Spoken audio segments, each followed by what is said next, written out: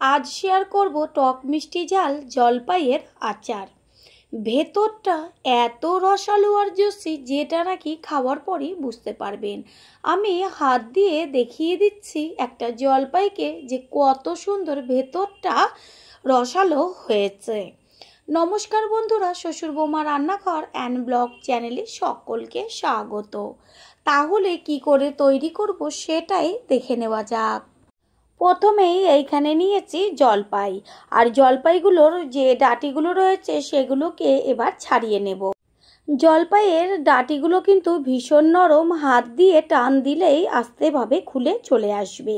এইভাবেই প্রত্যেকটা ডাঁটি খুলে নিয়ে তারপরে ফিরে আসছে। সমস্ত ডাঁটিগুলো ছাড়িয়ে নেওয়া হয়ে গেল। এবার একটা বড় পাত্রের মধ্যে জল দিয়ে তারপরে হাত দিয়ে চটকে চটকে জলপাইগুলোকে ভালো করে ধুয়ে নেব।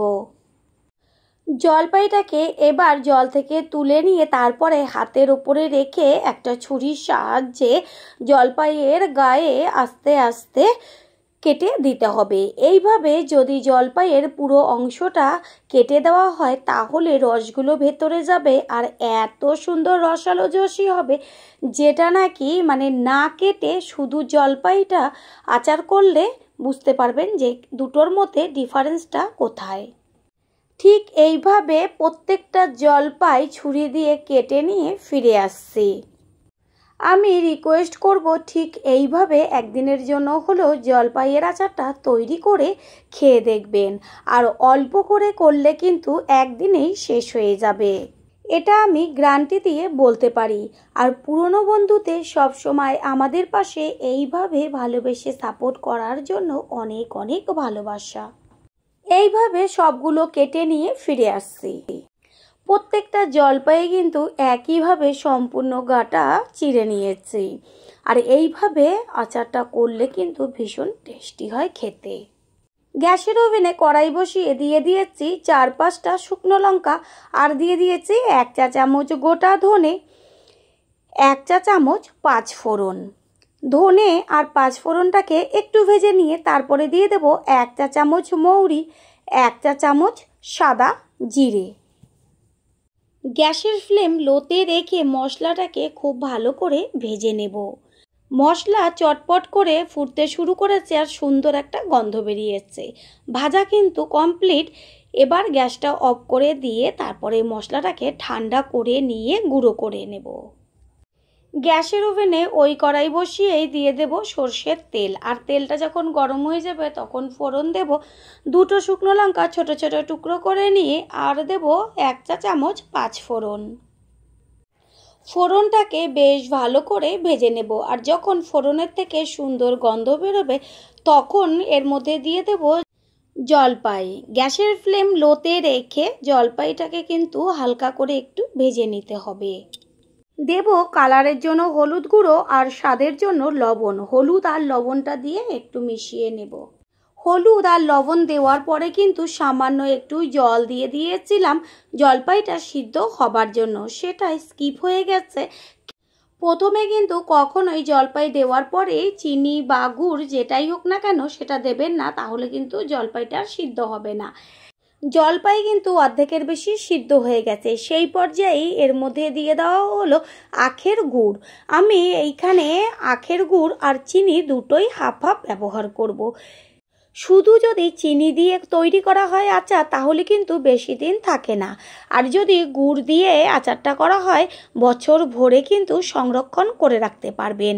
দিয়ে দেওয়া হলো চিনি। এবার চিনি আর গুড় গ্যাসের ফ্লেম একদম লোতে রেখে ভালোভাবে মিশিয়ে নিতে হবে।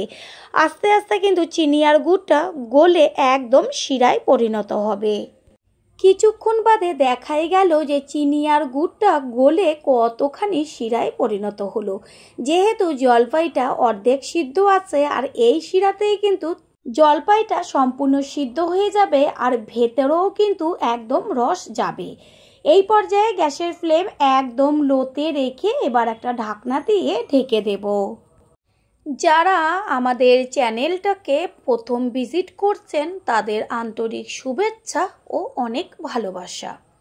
আমাদের রেসিপিগুলো যদি ভালো লেগে থাকে সাবস্ক্রাইব করে দেওয়ার অনুরোধ রইল। ও পাশে থাকা বেল আইকনে ক্লিক করলে পরবর্তী ভিডিওগুলো সবার আগে আপনাদের কাছে পৌঁছে যাবে। ঠিক এইভাবে গ্যাসের ফ্লেম লোতে রেখে ঢাকনা চাপা দিয়ে কিন্তু আচারটাকে তৈরি করতে হবে। একটু বাদে বাদে ঢাকনাটা সরিয়ে দিয়ে খুন্তি দিয়ে নেড়েচেড়ে দিতে হবে যেন জলপাইয়ের দুই পাটটাই হয়।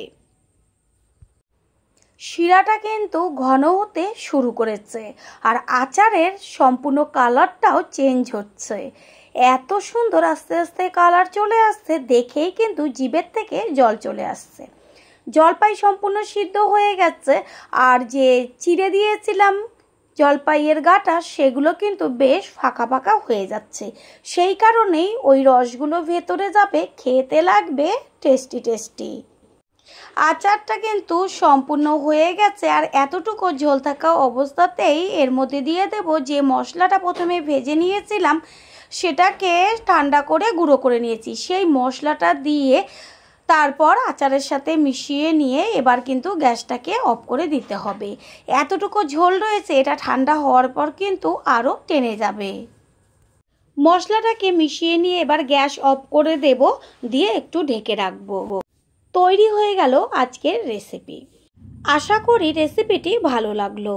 আর যদি ভালো লেগে থাকে একটা লাইক, কমেন্ট, পারলে একটা শেয়ার করে অবশ্যই জানাবেন। আপনাদের দেওয়া একটা লাইক ও একটা শেয়ার কিন্তু আমাদের কাছে অনেক অনেক গুরুত্বপূর্ণ। তাই প্লিজ কেউ একটা লাইক ও একটা শেয়ার করতে একদমই ভুলবেন না। All friend, thanks for watching my video. আপনারা সকলে ভালো থাকবেন, সুস্থ থাকবেন। আবারও দেখা হবে অন্য কোনো রেসিপি এপিসোডে।